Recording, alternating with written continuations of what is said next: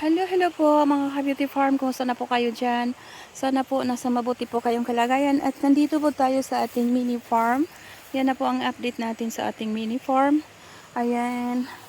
Ayan. So may bantak pa yung anuhan ng isda. At ito na po yung ano natin mga ka-beauty farm. Yung pananim natin na kamote. Ayan. Yan, umaapaw na siya.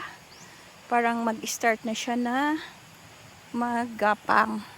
So, hindi natin ilintana. Ilang ano na yan. Mamumunga na yun. O, magkaroon ng unod. Ayan po ang ating kasaba or balinghoy. Ayan.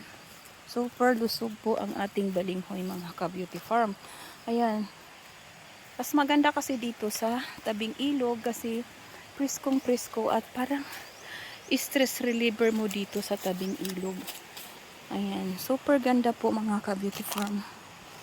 And ang marinig mo lang dito is simoy ng hangin na pinaka masarap at maraming isda doon nag swimming. Ayan po mga ka-beauty farm, gaano kaganda dito sa aking mini farm. Ayan, yan po ang natural resources dito na pinakatahimik pag gusto mong magpahinga.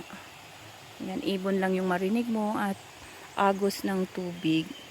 Yan po mga ka-beauty farm. At yan po ang ating mini farm. At marami po tayong makukuha dito na buhangin. Kung gusto nating magkaroon ng free buhangin po tayo dito mga ka-beauty farm. Ayan. So, ang daming isda talaga. Super dami ng isda dito. Ayan po ang ating ilog na walang kasing ganda. At free po kumuha ng buhangin dito para gawin ng hollow block or pang simento. So, super clean pa talaga yung buhangin. Parang yari na yari talaga. So, yan kaganda mga ka-beauty farm ang ilog dito. Yan. So, maano ka talaga dito, maka-relax ka dito. Yan po. Papunta dito. Kaya, laking bliss na po tayo na nagkaroon tayo ng ganitong ilog sa tabi ng farm natin. Super ganda talaga mga ka-beauty farm. Yan. Yan po. At pag gusto mong maligo, okay, you have time na maligo dito. Super ganda talaga. Ganun po mga ka-beauty farm.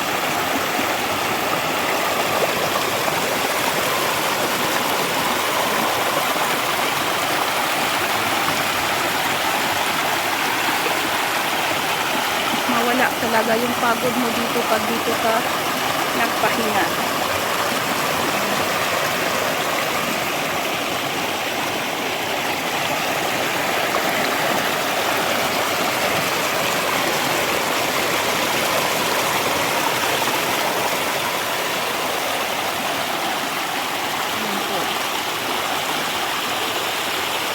Yun ang ating natural resources. Kaya so bliss po tayo mga ka-beauty farm na nagkaroon po tayo ng ilog na ganito ka. So balik na po tayo sa ating farm. Kung paano hukayin po natin yung balinghoy kasi nga pag tinanggalan pala ng ganito, hindi pwedeng hindi na kukunin. So kailangan kukunin natin parang parang laman. Ay, nabali. Dito pala yun na mabigat. Kasi saan banda yung bali? Saan yung banda? Kasi parang malaki yung nabali. Oh. Ayan. Malaki yun.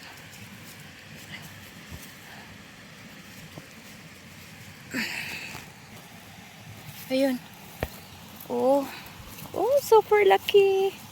Ayan po mga ka-beauty farm. Kaya nga ang tigas-tigas. Kasi pinutulan ko siya ng ganito. Ito. Para itanim. Hindi pala pwedeng hindi. tanggalin. So, kailangan tanggalin pala. Yan. Yan.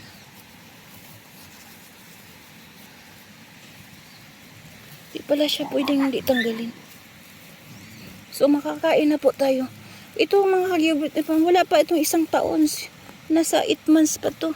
Or, no, hindi pa 8 months. Ayan. Ang dami-dami. Diba? Ganon mga ka-beauty farm pag may pananim tayo. Kala ko naman, tanggalan mo ng ganito, pwede hayaan. So, tinanggal ko na lang kaysa malanta, diba? Ayan po mga ka-beauty farm. At ito yung bantak na nilalagay nila doon sa tabing ilog paggabi. Tapos papasok yung isda. Yan na po. Ulam na po siya sa umaga. Ayan. Ganito po mga ka-beauty farm dito.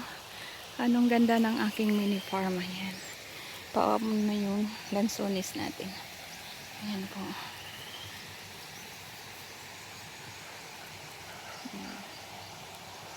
So, i-replacean din natin ng tanim yun ng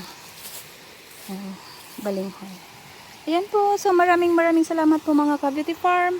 See you for my next video. Ayan. Ganito kaganda po dito mga ka-beauty farm. Ayan. Inang kalikasan.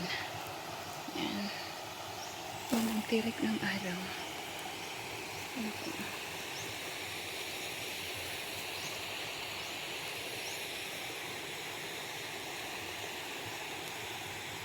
Ayan. So, may ano ka na, may balinghoy ka na.